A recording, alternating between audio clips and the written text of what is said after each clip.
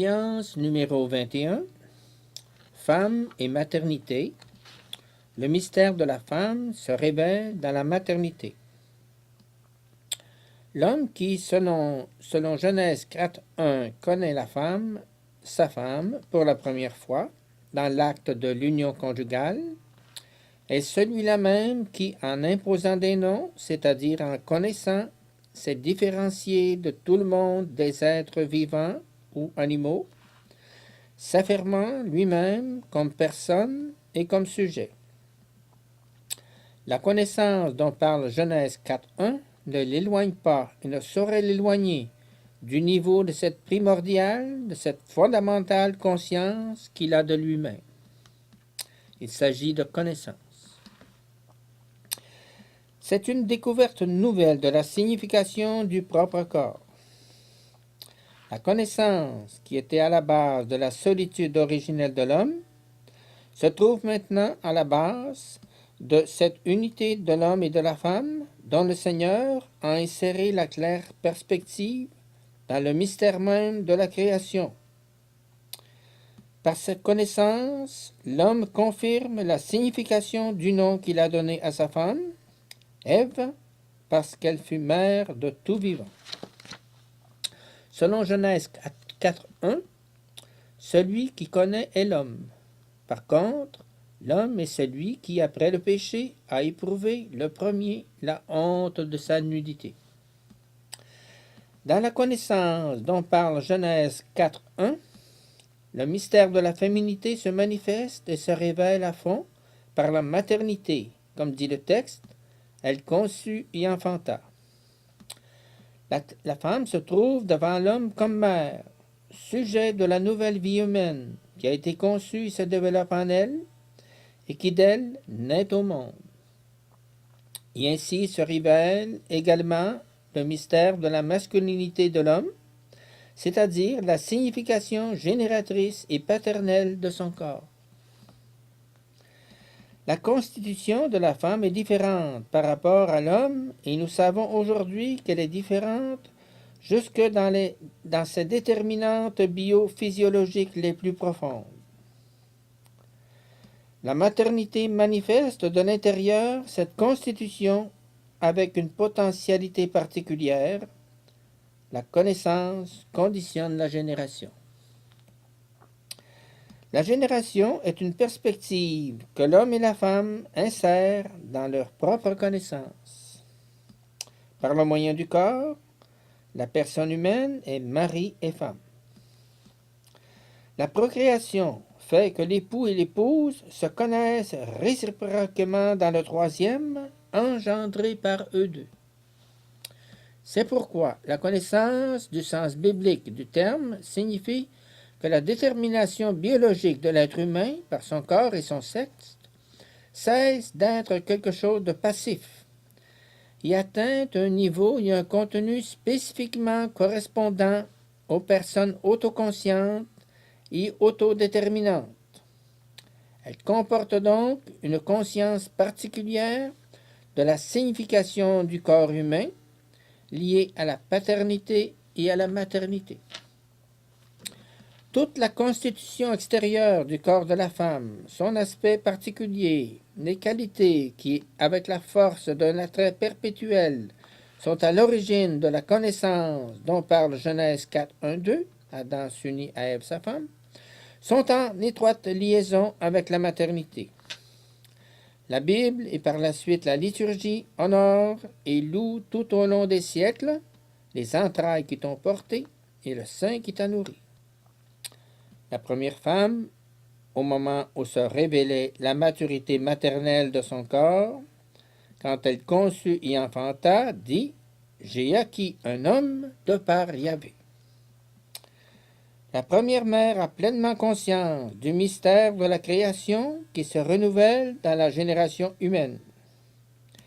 Elle a aussi pleinement conscience de la participation créatrice que Dieu a mise dans la génération humaine par son œuvre et celle de son mari, car elle dit « J'ai acquis un homme du Seigneur ». Dans ce nouvel homme se reproduit chaque fois l'image même de Dieu. Dieu créa l'homme à son image. Cette image de Dieu constitue une base de continuité et d'unité. La connaissance dont parle Genèse 4.1 est l'acte qui engendre l'être, c'est-à-dire qui, en union avec le Créateur, établit un nouvel homme dans son existence. Le même être humain, comme homme et femme, se connaissant réciproquement dans cette spécifique communion de personnes, constitue l'humanité, c'est-à-dire confirme et renouvelle l'existence de l'homme comme image de Dieu. Chaque fois, tous deux, l'homme et la femme, reprennent pour ainsi dire cette image du mystère de la création et la transmettent avec l'aide de Dieu Yahvé. Audience numéro 22. Se connaître, engendrer, mourir.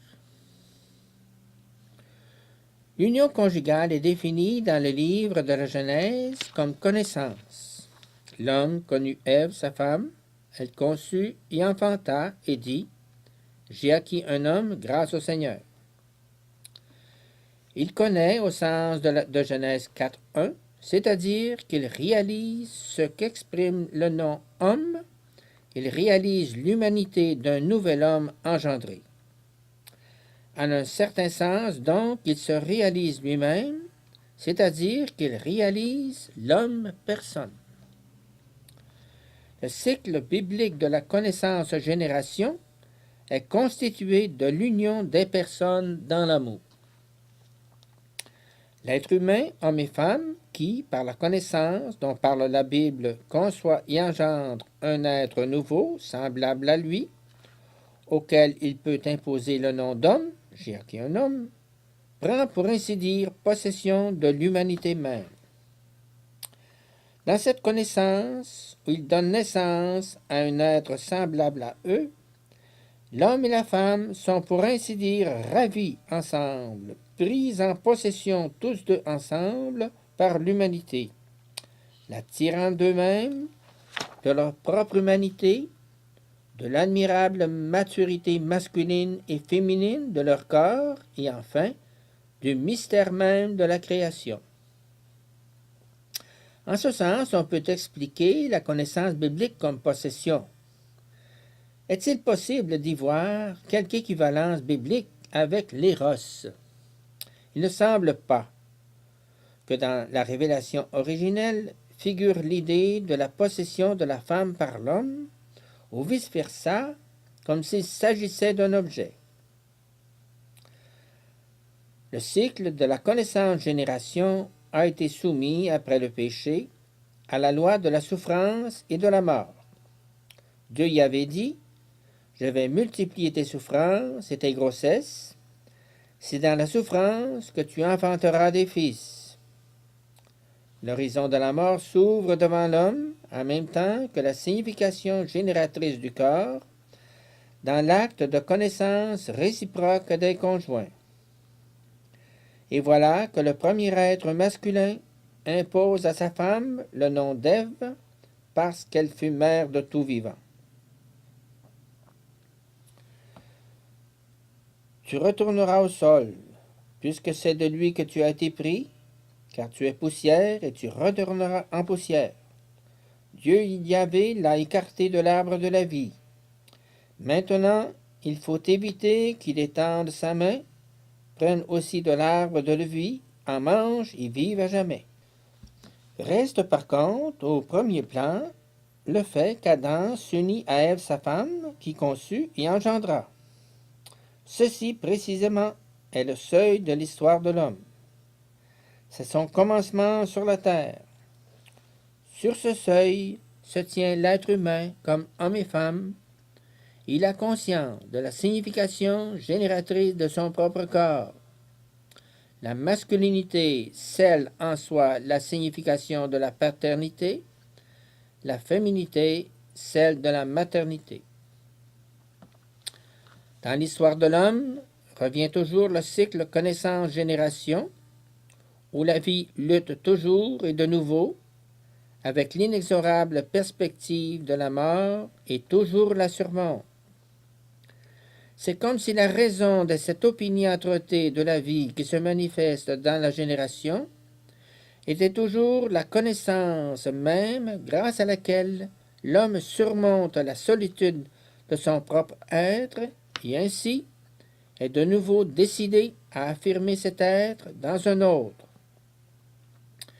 Dans cette affirmation, la connaissance biblique semble s'insérer dans cette vision même de Dieu. Dieu vit ce qu'il avait fait et c'était très bien. Audience numéro 23. Le mariage, accomplissement d'une vocation. Saint Matthieu et Saint Marc nous rapportent la réponse que Jésus fit aux pharisiens. Ils ne seront plus deux, mais une seule chair. Eh bien, ce que Dieu a uni, l'homme ne doit pas le séparer. Puis, c'est en raison de votre caractère intraitable que Moïse vous a permis de répudier vos femmes. Mais à l'origine, il n'en fut pas ainsi. Dans sa réponse, le Christ se réfère 2 fois à l'origine. Parmi les réponses que le Christ donnerait aux hommes de notre temps, Jésus ferait d'abord et avant tout état de l'origine.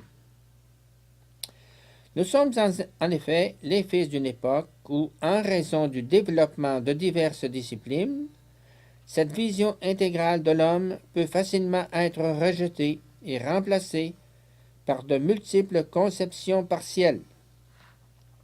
Alors l'homme devient un objet de technique déterminée, plutôt que le sujet responsable de ses propres actions. L'origine nous apprend relativement peu sur le corps humain au sens naturaliste contemporain du terme. À cause de l'antiquité du texte, la vérité importante pour la vision intégrale de l'homme concerne la signification du corps humain dans la structure du sujet personnel, ce qui ne signifie nullement que nous devions renoncer à cette science ou nous priver de ses résultats. La réflexion sur l'archaïque texte de la Genèse se révèle irremplaçable. Elle constitue réellement l'origine de la théologie du corps. La théologie comprend également le corps. Du fait que le Verbe s'est fait chair, le corps est entré, dirais-je, par la porte principale dans la théologie. L'incarnation et la rédemption qui en découlent sont également devenues la source définitive de la sacramentalité du mariage. Tant et tant d'hommes et tant de chrétiens cherchent dans le mariage l'accomplissement de leur vocation. Et très nombreux sont ceux qui veulent y trouver la voie du salut et de la sainteté. Eux sont appelés à faire de cette théologie du corps la substance de leur vie et de leur comportement. Combien significatif est le fait que le Christ, dans sa réponse à toutes ces questions, ordonne à l'homme de retourner de certaine manière au seuil de son histoire théologique. Il demande de se placer à la frontière qui sépare l'innocence félicité originelle et l'héritage de la première chute. La voie sur laquelle il engage l'être humain, homme-femme, dans le sacrement du mariage, c'est-à-dire la voie de la rédemption du corps, consiste nécessairement à récupérer cette dignité, sa signification personnelle et sa signification de communion. Dans le discours sur la montagne, Jésus fait état de la future résurrection. Audience numéro 24. Le Christ fait appel au cœur de l'homme. Vous avez appris qu'il a été dit « Tu ne commettras pas l'adultère ». Eh bien, moi je vous dis, quiconque regarde une femme pour la désirer a déjà commis dans son cœur l'adultère avec elle. Ce texte fait partie du discours sur la montagne dans lequel le Christ procède à une révision fondamentale de la manière de concevoir et d'accomplir la loi morale de l'ancienne alliance. Jésus dit « N'allez pas croire que je sois venu abolir la loi ou les prophètes. Je ne suis pas venu pour abolir, mais pour accomplir. Si votre justice ne surpasse pas celle des scribes et des pharisiens, vous n'entrerez certainement pas dans le royaume des cieux. Il s'agit ici d'adhérer à la signification que Dieu législateur a incluse dans le précepte « Tu ne commettras pas l'adultère ». Nous nous trouvons ainsi en plein dans l'éthos, c'est-à-dire la forme intérieure, quasi l'âme de la morale humaine. L'éthos nous fait entrer dans la profondeur de la norme même et descendre à l'intérieur de l'homme sujet de la morale. Quiconque regarde une femme pour la désirer a déjà commis dans son cœur l'adultère avec elle. La casuistique des livres de l'Ancien Testament ouvrait un espace à différentes échappatoires légales. De cette manière, le sens du commandement tel que le voulait le Créateur subissait une déformation. Le Christ donne à l'essence du problème une autre dimension quand il dit « Quiconque regarde une femme pour la désirer a déjà commis dans son cœur l'adultère avec elle, suivant d'anciennes traductions, l'a déjà rendu adultère dans son cœur. » Formule qui semble plus exacte. Audience numéro 25. Tu ne commettras pas l'adultère. Vous avez appris, dit le Seigneur, qu'il a été dit, tu ne commettras pas l'adultère. Eh bien, moi je vous dis, quiconque regarde une femme pour la désirer a déjà commis dans son cœur l'adultère avec elle. L'homme auquel Jésus se réfère est précisément l'homme historique. C'est l'homme qui, déjà dès son origine, a acquis un sens précis de la signification de son corps. Dans le discours sur la montagne, le Christ s'adresse à l'homme intérieur. Il constitue l'anthropologie adéquate. Le cœur est cette dimension de l'humanité à laquelle est directement lié le sens de la signification du corps humain. Il s'agit ici de la signification que nous avons appelée conjugale, génératrice. L'adultère signifie la violation de cette unité dans laquelle l'homme et la femme peuvent, seulement en tant qu'époux, s'unir si étroitement qu'ils ne forment qu'une seule chair. Il faut en déduire correctement qu'un tel regard plein de désir que l'homme tourne vers son épouse n'est pas adultère dans le cœur, précisément parce que l'acte intérieur correspondant de l'homme se réfère à la femme qui est son épouse, à l'égard de laquelle l'adultère ne saurait avoir lieu. Le Christ s'exprime ainsi pour éclairer cette surabondance de la justice dans l'homme qui observe le 6e commandement. Audience numéro 26. Les conséquences de la rupture de l'alliance. Cette vérité sur l'homme historique d'importance universelle, vers laquelle nous orientent les paroles du Christ que nous rapporte Matthieu 5, 27, 28, il semble qu'elle soit exprimée dans la doctrine biblique sur la triple concupiscence. Saint Jean, dans sa première épître, dit « Tout ce qui est dans le monde, la convoitise de la chair, la convoitise des yeux et l'orgueil de la vie, vient non du Père, mais du monde. » La convoitise de la chair, et avec elle la convoitise des yeux et l'orgueil de la vie, viennent du monde, comme fruit dans le cœur de l'homme, de l'arbre de la connaissance du bien et du mal.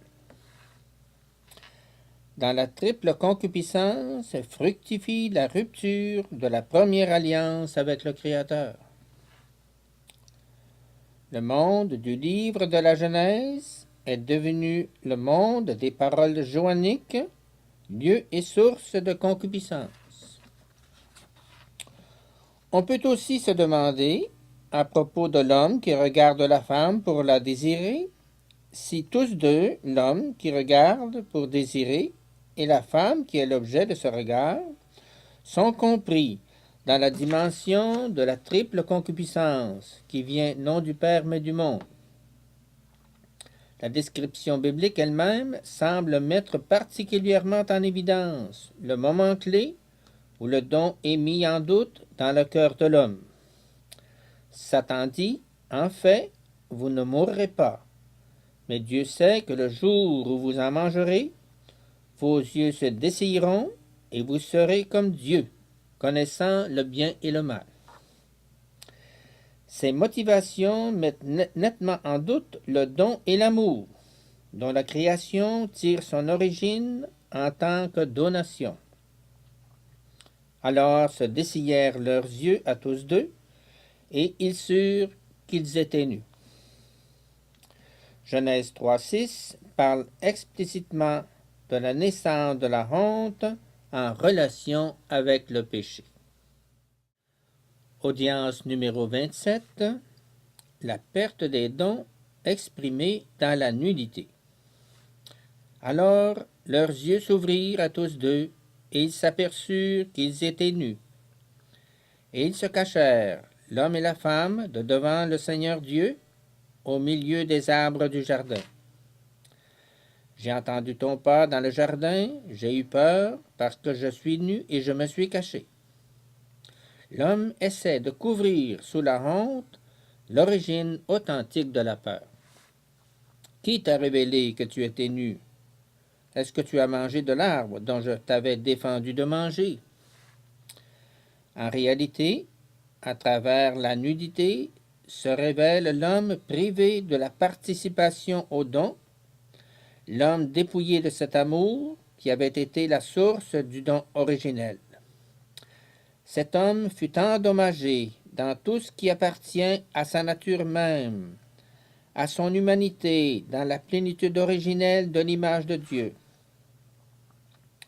Les paroles de Genèse 3,10 attestent directement un changement radical de la signification de la nudité originelle. Les paroles « J'ai eu peur parce que je suis nu et je me suis caché » témoignent d'un changement radical. L'homme perd la certitude originelle de l'image de Dieu exprimée dans son corps.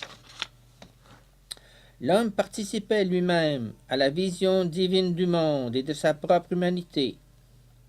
Dieu vit ce qu'il avait fait, et voici que c'était très bien. Les paroles de Genèse 3,10, « J'ai eu peur parce que je suis nu et je me suis caché », confirment l'écroulement de l'acceptation originelle du corps en tant que signe de la personne dans le monde visible. Elles sont presque l'annonce de l'hostilité du monde. Maudite soit la terre à cause de toi. C'est dans la douleur que tu en tireras ta nourriture tous les jours de ta vie. Tu es poussière et tu retourneras en poussière. Les paroles d'Adam, « J'ai eu peur parce que je suis nu et je me suis caché », semblent exprimer le fait qu'il a conscience de sa faiblesse et le sens d'insécurité qu'il ressent de sa structure somatique en présence des processus de la nature soumise à un inévitable déterministe. Il en arrive à être soumis à la terre. Audience numéro 28, et naquit la pudeur. C'est la honte, provoquée par le désordre intime dans ce qui était pour l'homme, dans le mystère de la création, l'image de Dieu. Ceci est la honte de la femme à l'égard de l'homme, et également de l'homme à l'égard de la femme. Cette honte révèle une difficulté spécifique à déceler l'essentialité humaine du propre corps, quasi une rupture de l'unité spirituelle et somatique originaire de l'homme. Celui-ci se rend compte que son corps a cessé de puiser à la force de l'esprit qui l'élevait au niveau d'image de Dieu. Sa honte originaire comporte les signes d'une humiliation spécifique par l'intermédiaire du corps. Comme l'a écrit saint Paul, « J'aperçois une autre loi dans mes membres qui lutte contre la loi de ma raison et m'enchaîne à la loi du péché qui est dans mes membres. La honte originaire du corps, je suis nu, est déjà de la peur, j'ai eu peur, et annonce l'inquiétude de la conscience liée à la concupiscence. Le corps contient en soi un constant foyer de résistance à l'esprit, et il menace en quelque sorte l'unité de l'homme-personne. La concupiscence, et particulièrement la concupiscence du corps, est une menace spécifique contre la structure de la possession de soi, de la maîtrise de soi, par lesquelles se forme la personne humaine. L'homme de la concupiscence ne domine pas son propre corps de la même manière, avec la même simplicité et le même naturel que l'homme de l'innocence originaire. Le domaine de la sexualité humaine semble mettre particulièrement en évidence ce déséquilibre, comme si l'homme de la concupiscence, homme et femme, dans l'acte de la connaissance du bien et du mal, se rendait compte qu'il a simplement cessé, même dans son propre corps et sexe, de se trouver au-dessus du monde des êtres vivants ou des animaux. C'est comme s'il ressentait une spécifique fracture de l'intégrité personnelle de son propre corps, particulièrement dans ce qui en détermine la sexualité, et qui est en liaison directe avec l'appel à cette unité dans laquelle l'homme et la femme seront une seule chair. La naissance de la pudeur nous oriente vers ce moment où l'homme intérieur, le cœur, se fermant à ce qui vient du Père, s'ouvre à ce qui vient du monde. L'homme a la pudeur du corps à cause de la concupiscence. La concupiscence biblique, comme nous le déduisons de 1 Jean 2,16, indique l'état de l'esprit humain éloigné de la simplicité originaire et de la plénitude des valeurs que l'homme et le monde possèdent aux dimensions de Dieu. La pudeur indique la menace à l'encontre de la valeur et en même temps, elle préserve intérieurement cette valeur. L'on peut et doit y faire appel quand il s'agit de garantir les valeurs auxquelles la concupiscence enlève leur originaire et pleine dimension. Audience numéro 29. Le sens profond de la pudeur sexuelle. L'étude de la concupiscence doit avoir comme étape suivante l'analyse de l'insatiabilité de l'union. Cette communion réciproque dans l'humanité se trouve à ce moment bouleversée, comme si le corps, dans sa masculinité et féminité, cessait de constituer l'insoupçonnable substratum de la communion des personnes, comme si sa fonction originaire était mise en doute. Presque à l'improviste, apparut dans leur conscience un seuil infranchissable qui limitait l'originaire don de soi. La diversité, ou bien la différence de sexe, masculin et féminine, fut brusquement ressentie et comprise comme un élément de réciproque opposition de personnes.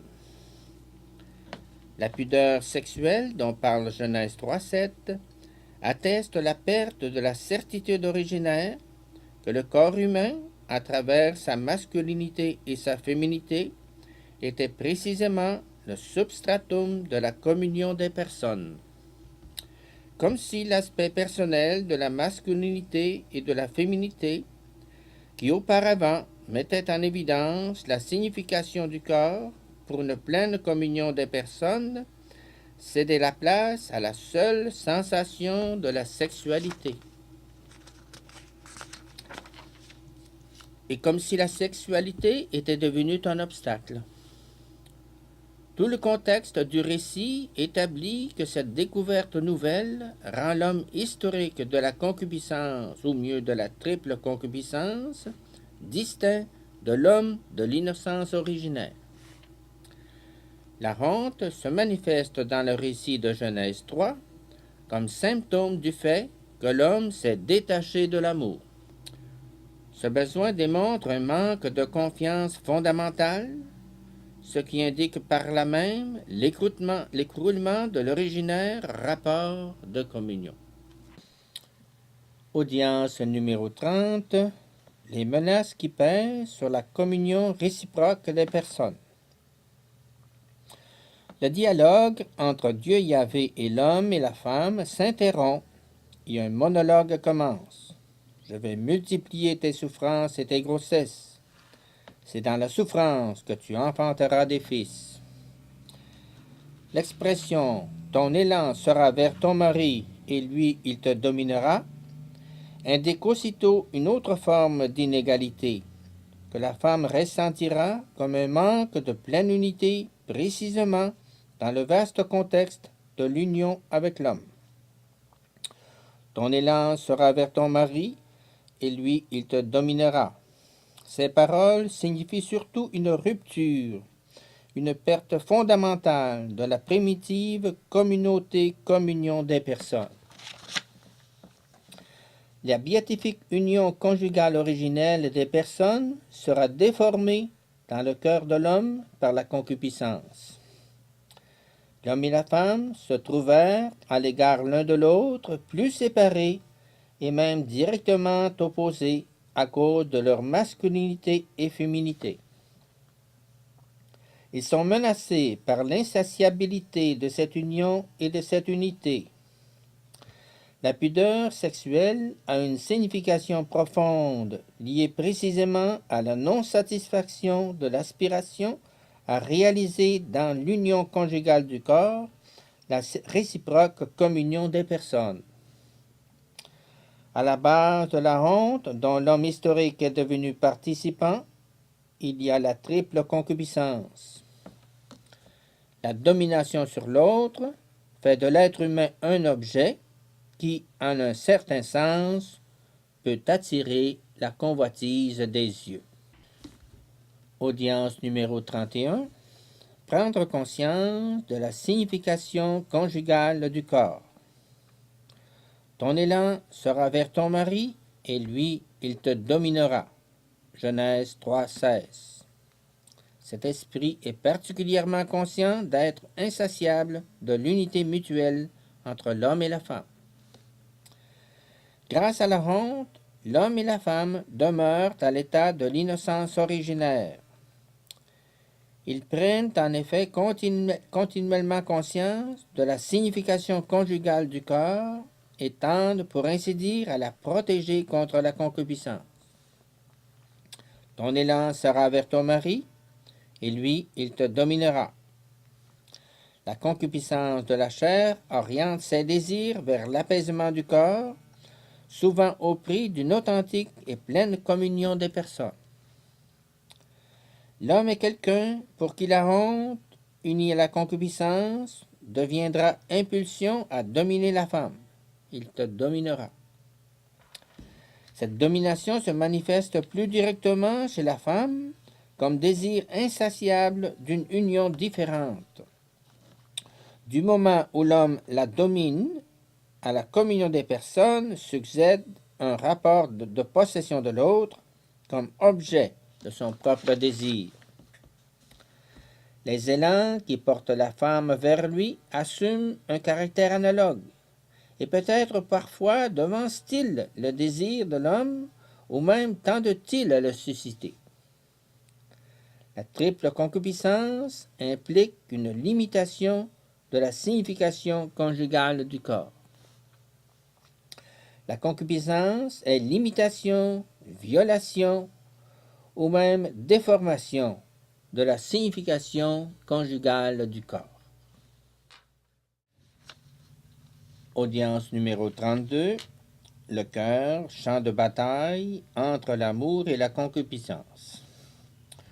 Le corps humain, dès l'origine, a un caractère conjugal, c'est-à-dire qu'il a la capacité d'exprimer l'amour par lequel l'homme-personne devient don. Le corps est l'expression de l'esprit. Il est appelé à exister dans la communion des personnes à l'image de Dieu. Or, la concupiscence qui vient du monde fait que la féminité et la masculinité, dans leur rapport mutuel, semblent ne plus être l'expression de l'esprit qui tente à la communion personnelle. Le substrat naturel et somatique de la sexualité se manifestait comme force quasi autogène, marquée par une certaine contrainte du corps, qui limite l'expression de l'esprit et l'expérience de l'échange du don des personnes.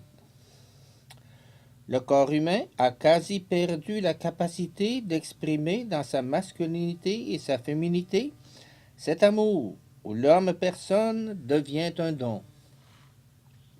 La signification conjugale du corps n'est pas devenue complètement étrangère à ce cœur. La concupiscence ne l'a pas totalement étouffée, mais d'habitude seulement menacée. Le cœur est devenu le lieu du combat entre l'amour et la concupiscence, ce désir dont parle le Christ. La concupiscence en général et la convoitise du corps en particulier enlèvent à l'homme la dignité du don exprimé par son corps au moyen de la féminité et masculinité. Elle dépersonnalise l'homme, le transformant en objet pour l'autre. La concupiscence met aussi en doute le fait que chacune de ces créatures a été voulue par Dieu pour elle-même. Les rapports personnels de l'homme et de la femme se trouvent unilatéralement réduits au simple lien du corps et du sexe. Ces relations deviennent quasi incapables d'accueillir le don réciproque de la personne. Elles sont et restent unilatéralement déterminées par le sexe. La concupiscence entraîne la perte de la liberté intérieure du don. La concupiscence limite intérieurement et réduit la maîtrise de soi. Et pour cette raison, elle rend d'une certaine manière impossible la liberté intérieure du don. Le corps n'est plus qu'un objet de concupiscence, c'est-à-dire un terrain d'appropriation. Audience 33. Opposition dans le cœur entre l'esprit et le corps. Ton élan sera vers ton mari, et lui, il te dominera. Si l'homme se réfère à la femme, en la considérant seulement comme un objet à prendre en possession et non pas comme un don, il se condamne à devenir lui-même pour elle seulement un objet. La structure de la communion entre les personnes disparaît. Ceci se passe plutôt au détriment de la femme. En tout cas, elle le ressent plus profondément que l'homme. Dès l'origine, l'homme aurait dû être le gardien de la réciprocité du don et de son équilibre authentique. Tirer de la femme son propre don au moyen de la concupiscence est ouvertement en contradiction avec ce fait. La concupiscence fait que le corps devient quasi un terrain d'appropriation de l'autre personne. Mon, ma, prise dans sa signification originelle, spécifique, l'appartenance suppose le rapport du sujet à l'objet, un rapport de possession et de propriété. Les termes mon, ma n'ont certainement pas cette signification-là dans l'éternel langage de l'amour humain. Ils indiquent le caractère réciproque de la donation. Ils expriment l'équilibre du don, où s'instaure la réciproque communion des personnes. La concupiscence, au contraire, est directement orientée vers cette dernière signification. L'objet, je m'en sers, je l'utilise, et ceci comporte la négation même de la signification conjugale du corps. Le désir du corps se révèle plus puissant que le désir de l'esprit. Audience numéro 34. Le discours sur la montagne à l'homme d'aujourd'hui. Quiconque regarde une femme pour la désirer a déjà commis dans son cœur l'adultère avec elle. Lorsqu'il parle de la dureté du cœur, Jésus met pour ainsi dire en accusation tout le sujet intérieur qui est responsable de la déformation de la loi. L'éthos de l'Évangile dans l'enseignement du Christ est en liaison directe avec la conscience de l'origine, donc avec le mystère de la création dans sa simplicité et sa richesse originelle. Il s'adresse en même temps de manière réaliste à l'homme historique devenu l'homme de la concupiscence. Matthieu 15, 19, 20. Du cœur, en effet, procèdent mauvais dessein, meurtre, adultère, débauche, vol, faux témoignage, diffamation. Voilà les choses qui rendent l'homme impur. Audience numéro 35. Je ne suis pas venu pour abolir, mais pour accomplir la loi. Le Christ dit, vous avez appris qu'il a été dit, tu ne commettras pas d'adultère. Eh bien, moi je vous dis, la loi reçue par les prophètes avait subi de multiples transgressions. Le Christ parle de cette interprétation humaine de la loi, dans laquelle est effacée et disparaît la signification exacte du bien et du mal. Le Christ veut qu'une semblable justice surpasse celle des scribes et des pharisiens, qui ont soumis le dessein et la volonté du législateur aux nombreuses faiblesses et limites de la volonté humaine. L'histoire de l'Ancien Testament est le théâtre d'un abandon systématique de la monogamie, ce qui devait avoir une signification fondamentale pour comprendre la défense « Tu ne commettras pas l'adultère ». Les femmes qui aimaient leur mari et ne pouvaient lui donner une descendance demandaient de leur propre initiative au mari qui les aimait d'accueillir les enfants nés d'une autre femme, de la servante ou de l'esclave ou de quelqu'un d'autre. David et Salomon, le récit de leur vie atteste que la polygamie était effectivement établie, et ceci pour d'incontestables motifs de concupiscence. Dans l'histoire de David, par adultère, on entend uniquement la possession de la femme d'autrui, alors que ne l'est pas la possession d'autres femmes comme épouse à côté de la première. La conscience des générations et leur ethos n'ont jamais été touchés par l'obligation effective de la monogamie comme implication essentielle et indispensable du commandement « Tu ne commettras point d'adultère », soutenant effectivement la polygamie, allant même jusqu'à la légaliser pleinement.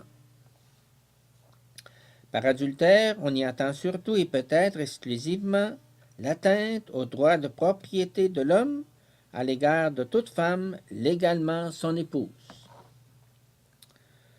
Le Christ prend la défense de la femme surprise en flagrant délit d'adultère. Que celui de vous qui est sans péché lui jette la première pierre. Va, et désormais ne pêche plus. Pour le Christ, l'adultère s'identifie clairement avec le péché. Il fait appel exclusivement à la conscience. Audience numéro 36. L'adultère, selon la loi, est dans le langage des prophètes. Tu ne commettras pas l'adultère. Le Christ s'aperçut clairement de la contradiction fondamentale que renferme la polygamie effective, ou bien le droit à une vie commune avec les esclaves. Ce droit protégeait les structures sociales du péché en les légalisant.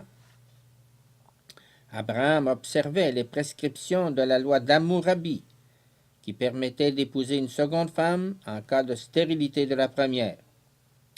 Et Jacob avait 2 épouses et 2 concubines. Le livre du Deutéronome admet l'existence légale de la bigamie et même de la polygamie. On ne trouve dans l'Ancien Testament aucune mention explicite concernant la monogamie obligatoire. Peut-être vaut-il la peine d'ajouter sa position à l'égard des déviations sexuelles, l'homosexualité, la bestialité, l'onanisme. Onan déplut aux yeux du Seigneur qui le fit mourir. Nous y trouvons spécifiquement confirmé le caractère de pudeur qui entoure tout ce qui chez l'homme appartient au sexe. Mieux, tout ce qui est sexuel est tenu en un certain sens pour impur. Le fait de découvrir la nudité est stigmatisé. Le jugement est plutôt marqué d'un objectivisme motivé par l'intention de mettre de l'ordre dans ce secteur de la vie humaine. L'Ancien Testament nous propose encore une autre tradition, c'est la tradition des prophètes. Ceux-ci, se référant à l'adultère, veulent rappeler à Israël et à Juda que leur plus grand péché fut l'abandon du seul et vrai Dieu. Une caractéristique propre au langage des prophètes est l'analogie avec l'adultère, plutôt que l'adultère lui-même. Le Dieu de l'Alliance, Yahvé, est représenté souvent comme époux. Israël a commis un adultère. Les prophètes présentent tant l'amour de Yahvé époux que la trahison d'Israël épouse qui s'abandonne à l'adultère. Audience numéro 37. L'adultère est le péché du corps. Osée a soin de nous révéler que la tradition du peuple est pareille à la tradition conjugale. Va, prends pour toi une femme de prostitution et des enfants de prostitution, car vraiment le pays se prostitue en se détournant du Seigneur. Osée 1, 2. Comme l'épouse qui suivait ses amants, tandis qu'elle m'oubliait. Yahvé ne cesse cependant jamais de chercher son épouse. Je te fiancerai à moi en fidélité pour que tu connaisses le Seigneur. Ézéchiel l'a rappelé à Israël épouse. Tu es resté exposé à la surface des champs, à cause du dégoût pour ta personne, le jour où l'on t'enfanta. J'étendis sur toi le pan de mon vêtement, je couvris ta nudité. Mais toi, tu t'es fié à ta beauté, et forte de ta renommée, tu t'es prostituée, et tu as prodigué tes prostitutions à tout passant. Il y a l'analogie entre l'adultère et l'idolâtrie. L'essentiel est l'idée d'adultère. Les textes des prophètes attribuent à l'adultère une signification différente de celle qu'en donne la tradition législative. L'adultère est un péché parce qu'il constitue la rupture de l'alliance personnelle de l'homme et de la femme. Dans les textes législatifs se trouve soulignée la violation du droit de propriété de l'homme à l'égard de cette femme qui a été son épouse légale, l'une parmi toutes. Dans les textes des prophètes, l'arrière-plan de la polygamie effective et légalisée n'altère pas la signification éthique de l'adultère. Le mariage monogamique actualise en lui l'alliance interpersonnelle de l'homme et de la femme. Cette unité corporelle est leur droit bilatéral, mais surtout, il est le signe régulier de la communion des personnes. L'adultère est une radicale falsification du signe. L'adultère est un péché du corps, un péché dans le corps. Le péché du corps ne peut s'identifier qu'en fonction des relations des personnes. Audience numéro 38. L'adultère du corps est celui du cœur. Mais moi je vous dis, quiconque regarde une femme pour la désirer a déjà commis dans son cœur l'adultère avec elle. Ce sera un passage direct à l'éthos nouveau. L'adultère commis dans le cœur est en un certain sens opposé à l'adultère commis dans le corps. Le Christ parle de la concupiscence, quiconque regarde pour désirer. Dans les livres sapientiaux apparaissent des avertissements répétés sur la concupiscence du corps. La tradition des sapientiaux s'intéressait tout particulièrement à l'éthique et aux bonnes mœurs de la société israélite. Les avertissements s'adressent surtout aux hommes. Quant à la femme, elle apparaît le plus fréquemment comme une occasion de péché, comme une séductrice. Les livres sapientiaux font également l'éloge de la femme, qui est une parfaite compagne de vie de son mari. Ils louent également la beauté et la grâce de la bonne épouse qui sait rendre heureux son mari. La femme qui n'est pas la propre épouse est une cause de tentation et une occasion d'adultère. Ne désire pas sa beauté dans ton cœur. Les livres sapientiaux développent une psychologie morale spécifique, bien qu'on ne puisse affirmer qu'ils révèlent une tendance à transformer l'éthos de manière fondamentale. Pour le cercle de ceux qui écoutaient personnellement et directement le discours sur la montagne, ils étaient tout préparés, en vertu de la tradition des sapientiaux, à comprendre les paroles qui se réfèrent au regard concupiscent ou bien à l'adultère commis dans le cœur. Audience numéro 39. Le regard exprime ce qui est dans le cœur. Quiconque regarde une femme pour la désirer a déjà commis dans son cœur l'adultère avec elle. Nous nous sommes déjà référés aux textes sapientiaux. En voici un autre passage. L'âme brûlante comme un feu ardent, elle ne s'éteindra pas avant d'être consumée. L'homme impudique en son corps de chair, il n'aura de cesse que le feu ne s'enflamme. Pour l'homme impudique, tout pain est agréable. Il ne s'arrêtera pas avant d'être mort. Qui me voit? Les ténèbres m'entourent, et les murs me cachent. Il ne sait pas que les yeux du Seigneur sont 1000 fois plus brillants que le soleil, qu'il regarde toutes les voies des hommes et observe jusque dans les lieux cachés. Il existe dans la description biblique du Siracide 23, 17, 22 quelques éléments qui peuvent être tenus pour classiques dans l'analyse de la concupiscence charnelle, comme par exemple la comparaison entre la concupiscence de la chair et le feu. Celui-ci, faisant rage dans l'homme, envahit les sens, excite le corps, étouffe dans le cœur la voix plus profonde de la conscience. La passion se manifeste comme une insistante tendance à satisfaire les sens et le corps. L'homme dont la volonté est tendue à satisfaire les sens ne trouve aucune quiétude, ne se retrouve pas lui-même. Au contraire, il se consume. Le Christ parle de l'homme qui désire, qui regarde avec désir. Comme dans la tradition sapientielle, il se réfère à chaque homme, se basant sur sa propre expérience intime. Le regard exprime ce qui est dans le cœur. L'homme agit conformément à ce qu'il est. Operari sequitur esse. L'homme regarde conformément à ce qu'il est. Désirer, regarder avec désir, indique une expérience de la valeur du corps dont la signification conjugale cesse d'être telle en raison même de la concupiscence.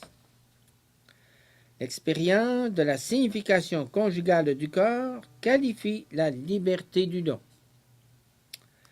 La concupiscence, comme l'adultère, est un détachement intérieur de la signification conjugale du corps.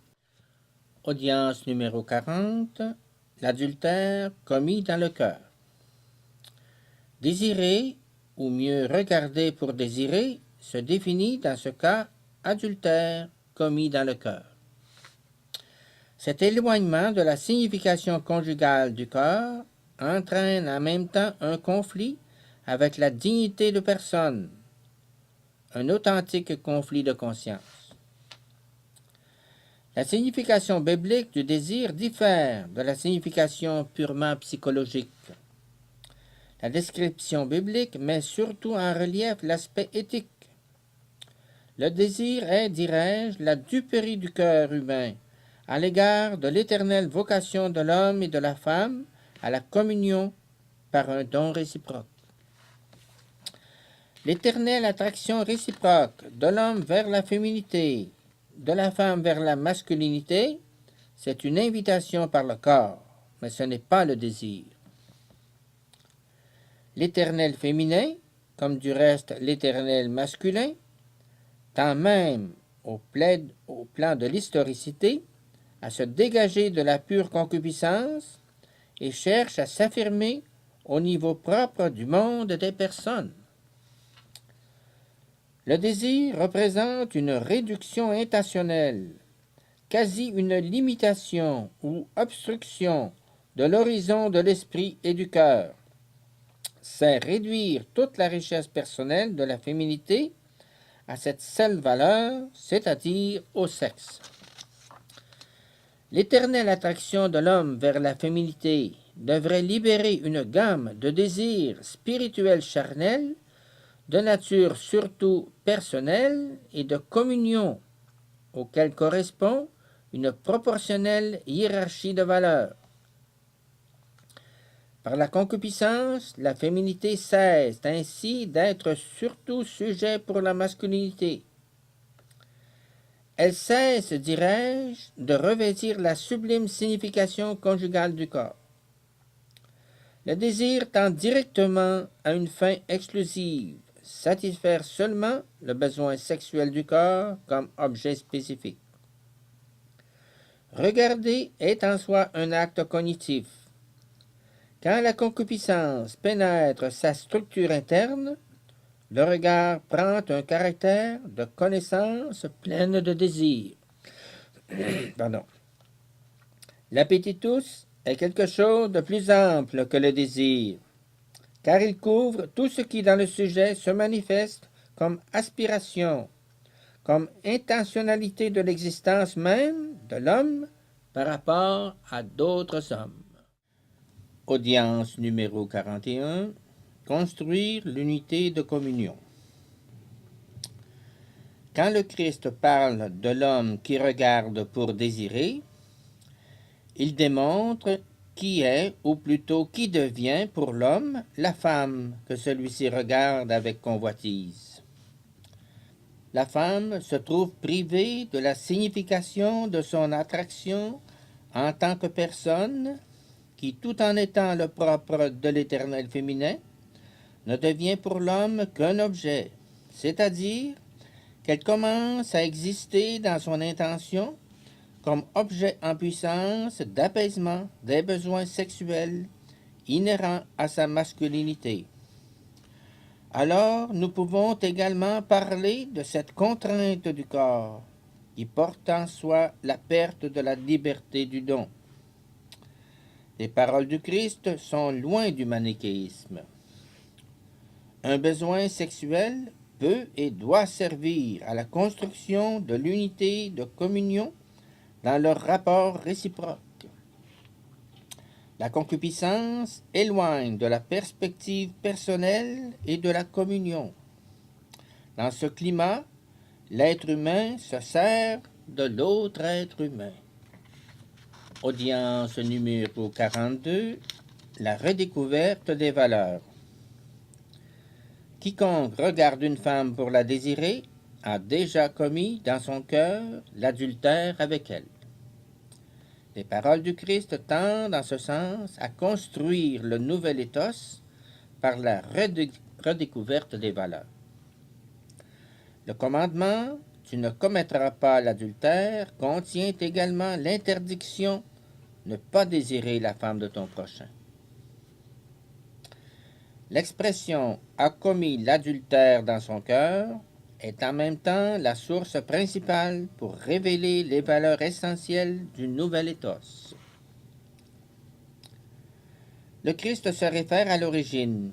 Il démontre alors une science de l'homme qui nous permet d'unir la conscience de la nature pécheresse de l'homme à la perspective de la rédemption du corps. Romains 8, 23.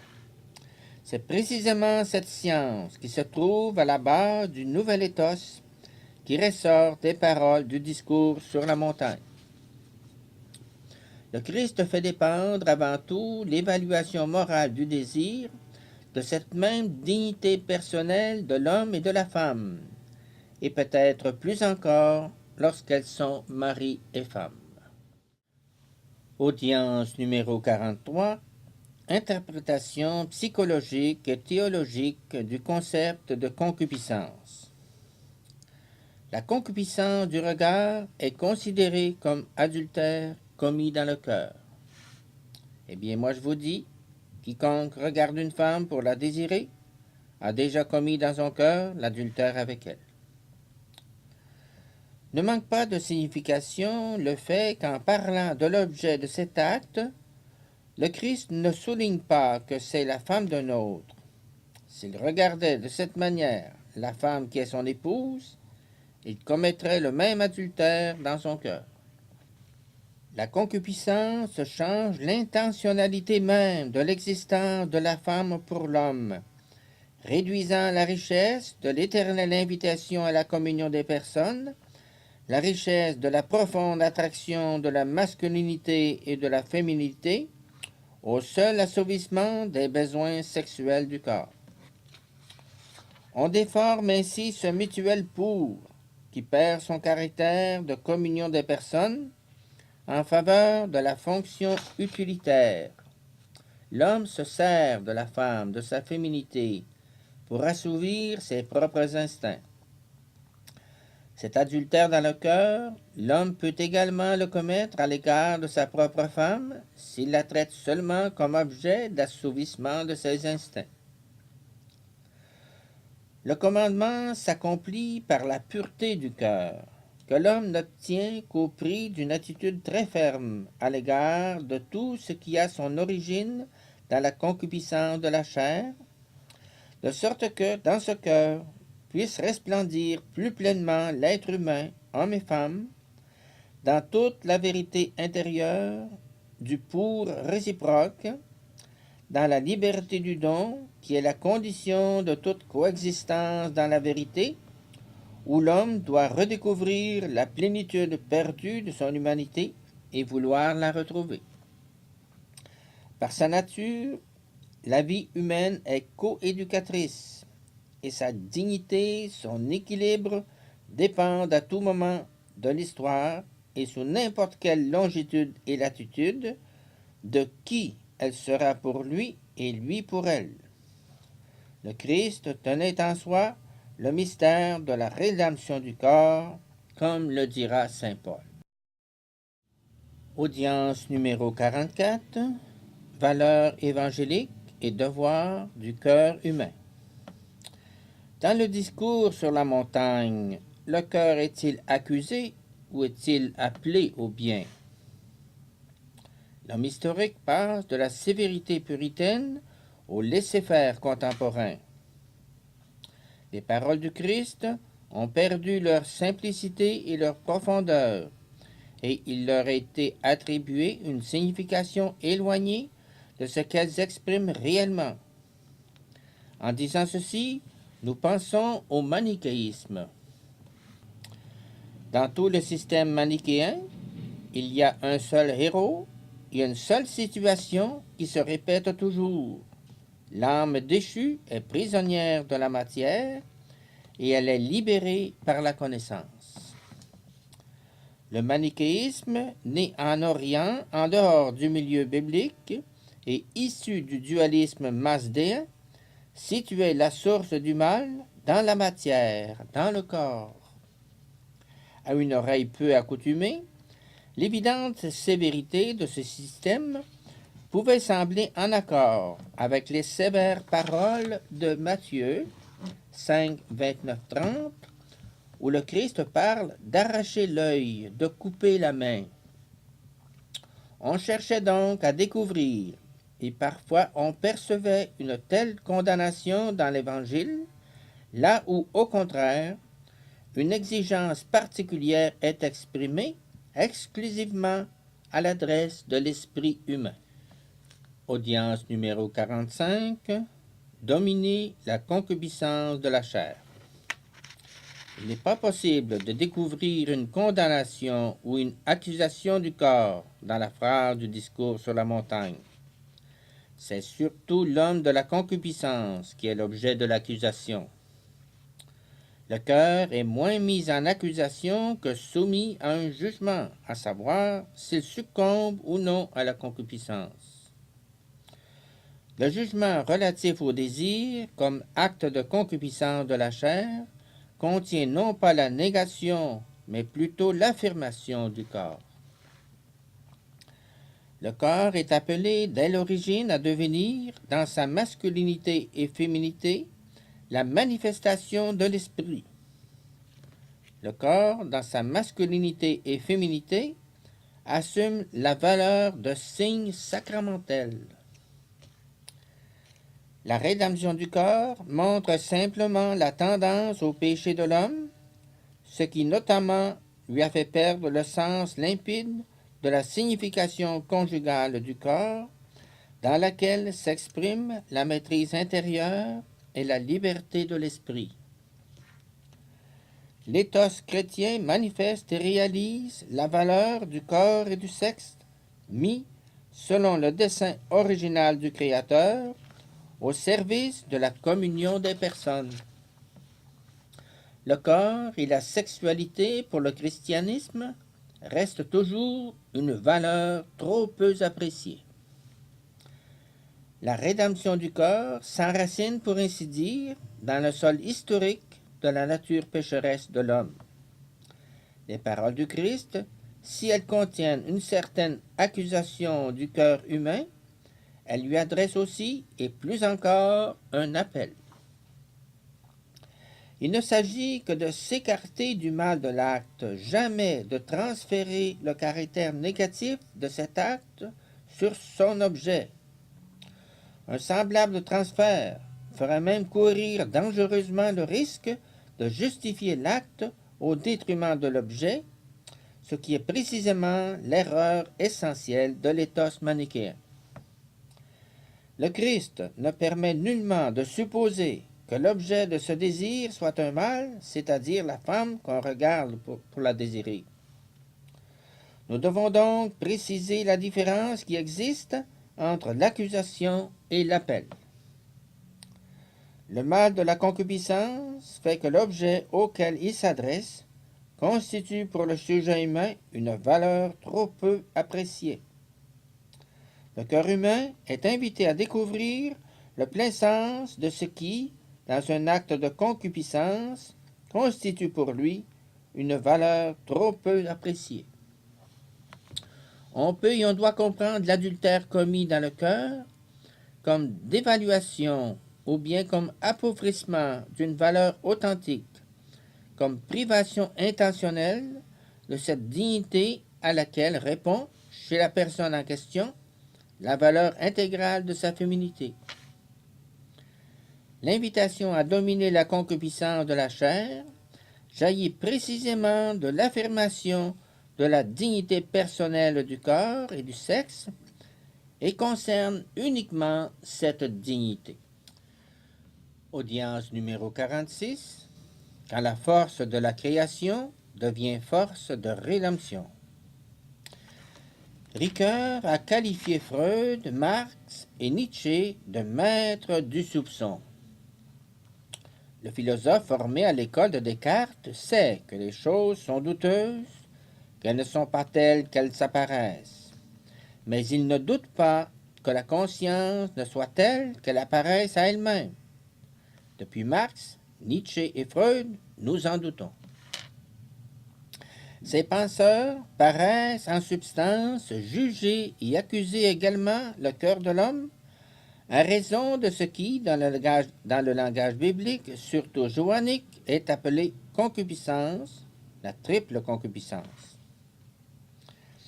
Les paroles du Christ, selon Matthieu 5, 27, 28, sont telles que, même manifestant toute la réalité du désir et de la concupiscence, elles ne permettent pas que l'on fasse de cette concupiscence le critère absolu de l'anthropologie et de l'éthique. Dans la Bible, la triple concupiscence de l'homme ne constitue pas le critère fondamental, ni surtout unique et absolu de l'anthropologie. Nous devons au contraire puiser à la première épître de Saint Jean 2, 15, 16 et à la théologie de la concupiscence qu'elle contient. L'homme qui regarde pour désirer est en effet l'homme à la triple concupiscence. Les paroles du Christ doivent être entendues et interprétées surtout comme un appel adressé au cœur. Ceci découle de la nature même de l'éthos de la rédemption.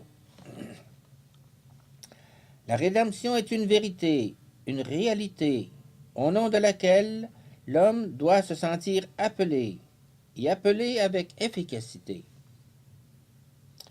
L'homme doit se sentir appelé à redécouvrir, ou mieux à réaliser, la signification conjugale du corps.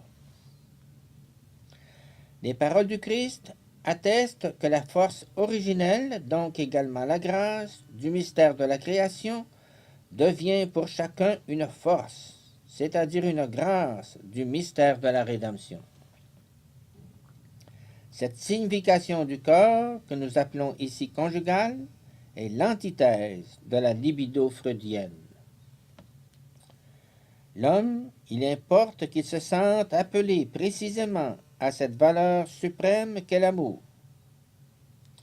Appelé dans cette vérité qui est un patrimoine de l'origine, un patrimoine de son cœur, plus profond que la tendance au péché dont il a hérité, plus profond que la triple concupiscence. Audience numéro 47. Comment faire fructifier le cœur humain? L'éros est, contrairement au terme ethos, totalement ignoré par le langage biblique. Selon Platon, Eros oriente l'homme sensuel ou sensible vers ce qui est transcendant, la force qui dirige l'âme vers le monde des idées. Eros élève l'âme de l'homme de la beauté d'un corps particulier à celle de tous les corps, donc à la beauté de la science et enfin à l'idée même du beau. Eros n'est ni purement humain ni divin. Il est quelque chose d'intermédiaire, daimonion. Sa principale caractéristique est l'aspiration et le désir permanent, étant l'amour qui tend au sublime. Eros est donc la voie qui conduit l'homme à la divinité, l'aspiration à la transcendance. Il est donc une forme de fuite au-delà du monde matériel auquel l'âme est tenue de renoncer parce que la beauté du sujet sensible n'a de valeur que si elle porte à un plan plus élevé. Toutefois, pour Platon, Eros reste toujours l'amour égocentrique. Il tente à conquérir et posséder l'objet qui représente une valeur pour l'homme. Aimer le bien signifie avoir le désir de le posséder à jamais. Eros est un passage de la science plus élémentaire à la science plus profonde. Il est en même temps l'aspiration à passer de ce qui n'est pas, et c'est le mal, à ce qui existe dans toute sa plénitude, et c'est le bien. Selon Platon, l'éros représente la force intérieure qui entraîne l'âme vers tout ce qui est bon, vrai et beau. Cette attraction indique en ce cas l'intensité d'un acte subjectif de l'esprit humain. Dans la signification commune, au contraire, comme aussi d'ailleurs dans la littérature, cette attraction semble être avant tout de nature sensuelle. Il semble que le langage commun prenne surtout en considération cette signification de la concupiscence que précédemment nous avons définie comme psychologique et que l'on pourrait également appeler sexologique. Il semble néanmoins indubitable qu'en raisonnant ainsi, on doit presque mettre le signe d'égalité entre érotique est ce qui découle du désir et sert à apaiser la convoitise même de la chair. Il semble possible cependant que dans les limites du concept d'éros, en tenant compte de sa signification platonicienne, se trouve la place de cet ethos en raison de ses contenus éthiques et aussi indirectement théologiques. Si nous admettons que l'éros signifie la force intérieure qui attire l'homme vers le vrai, le bon et le beau, alors, dans le cadre de ce concept, on voit également s'ouvrir la voie vers ce que Jésus a voulu exprimer. L'éros et l'éthos ne divergent pas l'un de l'autre, ne s'opposent pas l'un à l'autre, mais sont appelés à se rencontrer dans le cœur humain et, dans cette rencontre, à fructifier. Audience numéro 48. La spontanéité est vraiment humaine quand elle est le fruit éclairé de la conscience. Il résulte de ces réflexions que l'éthos est lié à la découverte d'un nouvel ordre de valeurs. Retrouver constamment dans ce qui est érotique la signification conjugale du corps et l'authentique dignité du don. Alors l'être humain, homme et femme, vit la plénitude de cet éros, qui signifie élan de l'esprit humain vers ce qui est vrai, bon et beau, en vertu de quoi même ce qui est érotique devient vrai, bon et beau. Il est donc indispensable que l'éthos devienne la forme constitutive de l'éros. Bien souvent, on imagine que c'est l'éthos qui dépouille de sa spontanéité ce qui est érotique. Celui qui accepte l'éthos de l'énoncé de Matthieu 5, 27, 28 doit savoir également qu'il est appelé à la pleine et mûre spontanéité des rapports qui naissent de l'attraction de la masculinité et de la féminité. Précisément, cette spontanéité est le fruit progressif du discernement des impulsions du cœur. Les paroles du Christ exigent que l'homme sache être vraiment homme intérieur, qu'il sache être authentiquement maître de ses propres impulsions intimes. Le Christ a appelé l'homme à se former un jugement mûr et accompli, qui lui permette de discerner, de juger les différents mouvements de son propre cœur. Le discernement dont nous parlons a un rapport essentiel avec la spontanéité. Quand le désir sexuel est lié à une noble satisfaction, il est différent d'un désir pur et simple. L'excitation sexuelle est bien différente de l'émotion profonde. Si nous affirmons que les paroles du Christ selon Matthieu 5, 27, 28 sont rigoureuses, elles le sont aussi en ce sens que s'y trouvent précisément les exigences profondes concernant la spontanéité humaine. C'est précisément au prix de la maîtrise de soi que l'homme atteint cette spontanéité plus profonde et mûre, grâce à laquelle son cœur, dominant les instincts, redécouvre la beauté spirituelle du signe constitué par le corps humain dans sa masculinité et sa féminité.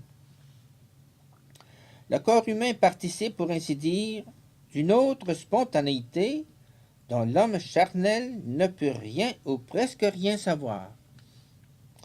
Les paroles du Christ montrent indirectement la voie d'une mûre spontanéité du cœur humain qui, loin d'étouffer ses nobles désirs et aspirations, au contraire, les libère et en un certain sens les facilite. Audience numéro 49. La pureté est un impératif de l'amour. Cet éthos nouveau, nous l'avons déjà appelé éthos de la rédemption du corps. L'apôtre parle des gémissements de toute la création qui nourrit l'espérance d'être elle aussi libérée de la servitude de la corruption pour entrer dans la liberté de la gloire des enfants de Dieu. L'adoption comme enfant de Dieu tend précisément vers la rédemption du corps. Dans le discours sur la montagne également, le Christ parle dans la perspective de la rédemption de l'homme et du monde, et donc précisément de la rédemption du corps. Le Christ fait appel à l'origine. Ce qui justifie l'appel à l'origine, c'est uniquement la perspective de la rédemption. Le Christ invite l'homme à retrouver les formes vives de l'homme nouveau. Dans l'éthos de la rédemption du corps, il faudra que soit de nouveau repris l'éthos originaire de la création. Le Christ conduit en même temps l'intelligence et le cœur de ses auditeurs vers cette plénitude de la justice voulue par Dieu, créateur et législateur, voie de la tempérance et de la maîtrise des désirs. À travers la masculinité et la féminité, le Créateur a inséré dans le cœur de chacun d'eux le don de la communion, c'est-à-dire la mystérieuse réalité de son image et ressemblance. L'homme fait graduellement l'expérience de sa propre dignité, y atteste grâce à la tempérance sa propre maîtrise de soi, démontrant qu'il accomplit ce qui en lui est essentiellement personnel, la liberté du don. Ces aspects ne sauraient non plus émerger quand le cœur humain s'entête dans une suspicion permanente, comme il résulte de l'herméneutique freudienne. Ils ne peuvent pas plus se manifester quand l'antivaleur manichéenne domine. Sa nature pécheresse est chez l'homme historique non seulement un nécessaire point de départ, mais aussi une condition indispensable de ses aspirations à la vertu, à la pureté du cœur, à la perfection. La pureté du cœur s'explique, en fin de compte, par le regard vers l'autre sujet qui est originairement et éternellement co-appelé. Audience numéro 50, le sens moral de la pureté. Les paroles. Eh bien, moi je vous dis, quiconque regarde une femme pour la désirer a déjà commis dans son cœur l'adultère avec elle, exprime ce qui contredit la pureté. Ce n'est pas ce qui entre dans la bouche qui rend l'homme impur, mais ce qui sort de sa bouche. Ce qui sort de la bouche procède du cœur, et c'est cela qui souille l'homme, meurtre, adultère, débauche. Dans l'Ancienne Alliance, une façon erronée d'entendre la pureté morale s'est formée. On la comprenait souvent de manière exclusivement extérieure et matérielle. À côté d'un système, cependant, existait dans l'Ancien Testament le concept d'une pureté morale chez les prophètes et chez le psalmiste. Le psalmiste dit « Qui montera à la montagne du Seigneur? Celui dont les mains sont innocentes et le cœur pur. Crée en moi un cœur pur, ô Dieu, lave-moi, et je serai plus blanc que la neige. Un cœur brisé et broyé, Dieu, tu ne le méprises pas. » Le Christ parle de tout mal moral, de tout péché, c'est-à-dire de toute transgression des différents commandements, et il cite les mauvais desseins, meurtres, adultères, débauches, vols, faux témoignages, diffamation, sans se limiter à un genre spécifique de péché. De même, saint Paul découvre chez le chrétien une autre contradiction, l'opposition et en même temps la tension entre la chair et l'esprit, avec un E majuscule, donc l'Esprit Saint.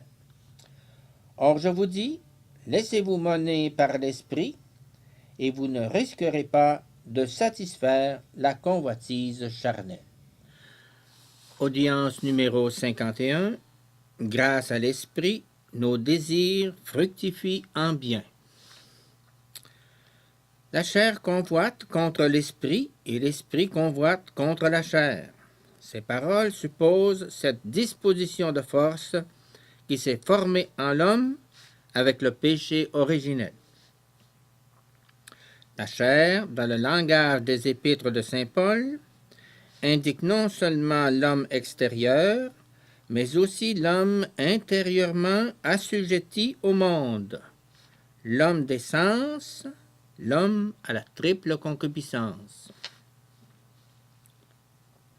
Le Dieu de ce monde a aveuglé la pensée des incrédules afin qu'ils ne voient pas resplendir l'évangile de la gloire du Christ. 2 Corinthiens 4:4. La colère de Dieu se révèle contre toute impiété et toute injustice des hommes qui tiennent la vérité captive dans l'injustice. Romains 1:18. Celui qui a ressuscité le Christ Jésus d'entre les morts donnera aussi la vie à vos corps mortels par son esprit qui est en vous. Romains 8:11. Paul met en relief la justification dans le Christ, destinée déjà à l'homme historique. Il y a un choix spécifique, c'est-à-dire un effort de volonté, fruit de l'esprit humain, imprégné par l'esprit. L'esprit convoite contre la chair. Galates 5:17. Et dans cette lutte, l'homme se montre le plus fort grâce à la puissance de l'Esprit Saint. Audience numéro 52. L'opposition entre la chair et l'esprit et la justification par la foi. La chair a des désirs contraires à l'esprit et l'esprit des désirs contraires à la chair. Galates 5:17. Dans cette opposition se trouve l'expression de la foi dans le réalisme anthropologique et éthique de la rédemption accomplie par le Christ. La vraie pureté, comme aussi l'impureté, se trouve dans le cœur et provient du cœur humain. Tous les péchés sont l'expression de la vie selon la chair, qui est en contraste avec la vie selon l'esprit. Ce qui, conformément à notre convention linguistique, du reste partiellement justifiée, est considéré comme péché de la chair, est, dans la liste paulinienne, une des nombreuses manifestations ou espèces de ce qu'il appelle œuvre de la chair, et dans ce sens, un des signes, c'est-à-dire une des actualisations de la vie selon la chair et non selon l'esprit. Si par l'esprit vous faites mourir les œuvres du corps, vous vivrez.